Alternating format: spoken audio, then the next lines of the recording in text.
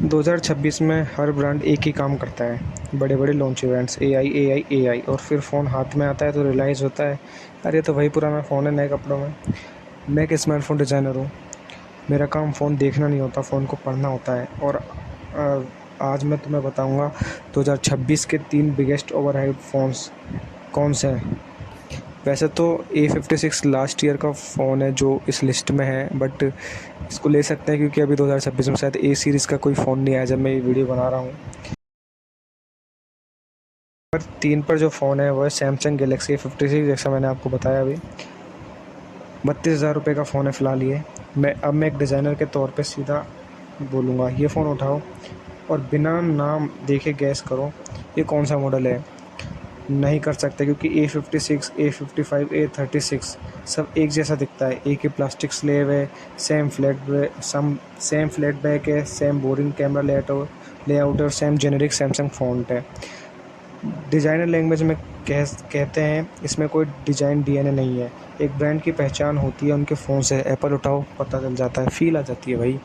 Nothing उठाओ तो transparent back है और थोड़ा मटेरियल फील से पता चल जाता है डिज़ाइन लैंग्वेज से भी। सैमसंग A56 उठाओ कुछ पता नहीं चलता।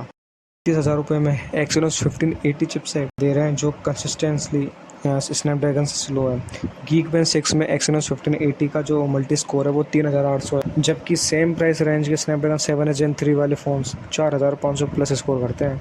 ये फ़ोन सिर्फ सैमसंग के ब्रांड के, मैं तो कहता हूँ पूरी ए सीरीज़ अब ओवर हाइप्ड है, कुछ नहीं आता उसमें।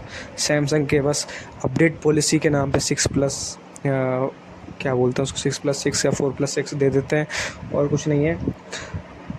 फ़ोन पे कुछ ही नहीं है, ये एब्सोल्युटली ओवर हाइप फ़ोन है बहुत ज़्यादा। पूरी ये सीरीज़ ही ओवर हाइप्ड देखा जाए तो। जो नेक्स्ट फ़ोन है वो है Samsung Galaxy S26 ultra number 2 पर, 1,64,999 रुपये।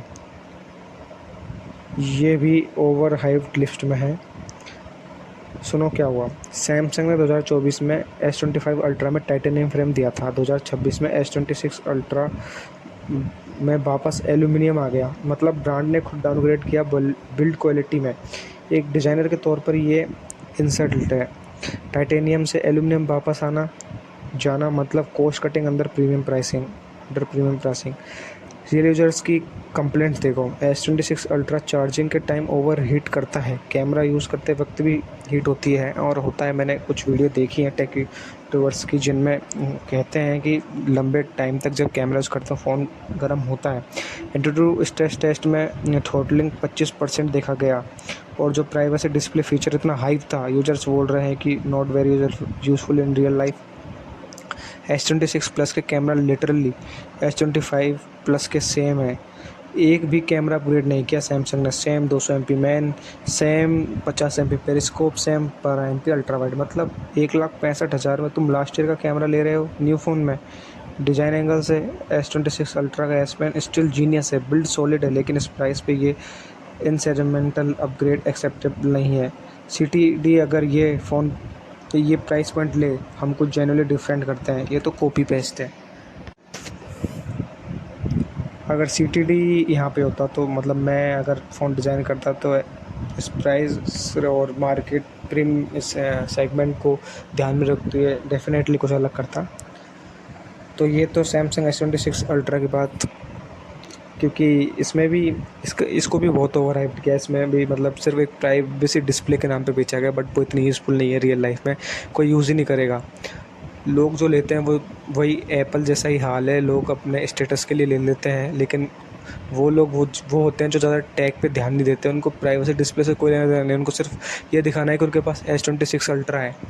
तो प्राइवेसी डिस्प्ले के नाम पे फ़ोन को बेचना सैमसंग के लिए इतना अच्छा तो नहीं रहा, क्योंकि लोग अभी भी लास्ट ईयर का S25 अल्ट्रा और 4 अल्ट्रा लेना प्रेफर करते हैं ज़्यादातर एप्पल की जैसे। तो अब जो नंबर फर्स्ट पर जो फ़ोन है वो है Poco X8 Pro Max। Poco X8 Pro Max number 1 पर है, 47,000 रुपये का है, 12+256।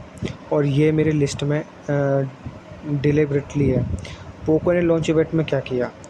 Dimensity 9500S chipset, 9000 mAh battery, 100 watt charging. Number से नंबर से सुन के लगता है ये फ्लैगशिप किलर है। Q2 में ये फ़ोन 3,22,000 स्कोर करता है, जो जनरली इम्प्रेसिव है। सोशल मीडिया पे वायरल हो गया।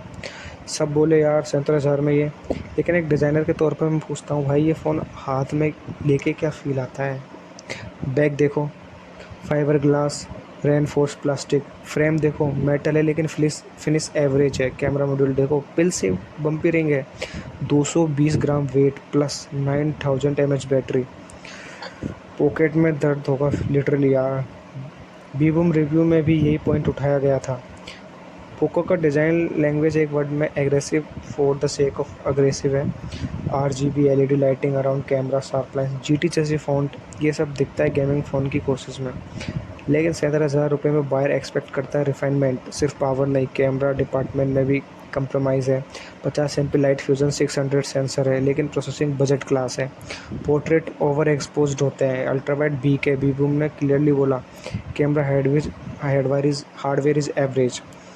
एक रियल डिज़ाइनर रूल है, अगर फ़ोन की बैक पे एक स्टिकर लगा और ब्रांड नेम छुपा दो तो भी फ़ोन की क्वालिटी दिखनी चाहिए। पोको X8 Pro Max में वो क्वालिटी फील नहीं होती। वहीं 35,000 रुपये में मोटोरोला S70 फ्यूज़न ज़्यादा प्रीमियम लगता है। Fabric, bag, slim 7.99 mm body, 7000 mAh battery. Poco ने पावर दिया, एक्सपीरियंस नहीं।